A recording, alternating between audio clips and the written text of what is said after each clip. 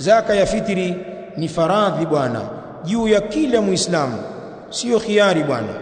Kila muislamu mwenye uwezo wa kutoa zakatul fitri ni faradhi, ni lazima. Maana yake nini? Mtu mwenye uwezo wa kutoa fitri alafu akaminya mwenyewe akajizuia, ikawa anatoa macho tu watu wampe yeye, ajue anapata madhambi muda wa kuwa na uwezo wa kutoa. Na tabia hii wanayo waislamu wengi. Utawaona watu wana nguvu za kufanya kazi, watu wana nguvu za kununua nguo, wana nguvu za kulipa kodi katika nyumba zao, katika maduka yao, wana mitaji ya biashara, wanakula, wanakunywa, watoto wao wanasoma mashule, wanalipa, wananunua sare za shule.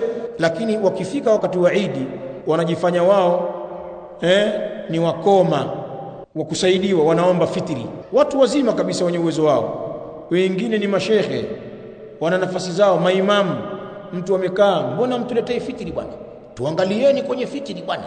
Pengine ana uwezo kuliko hata maamuma wake ambao wanampa fitri. Ni ukiritimba huu wanao baadhi ya Waislamu kujilegeza, wasitoe zakatul fitri na hali ya kuwa na uwezo. Kwa hiyo zaka ya fitri bwana ni lazima juu ya kila Muislamu.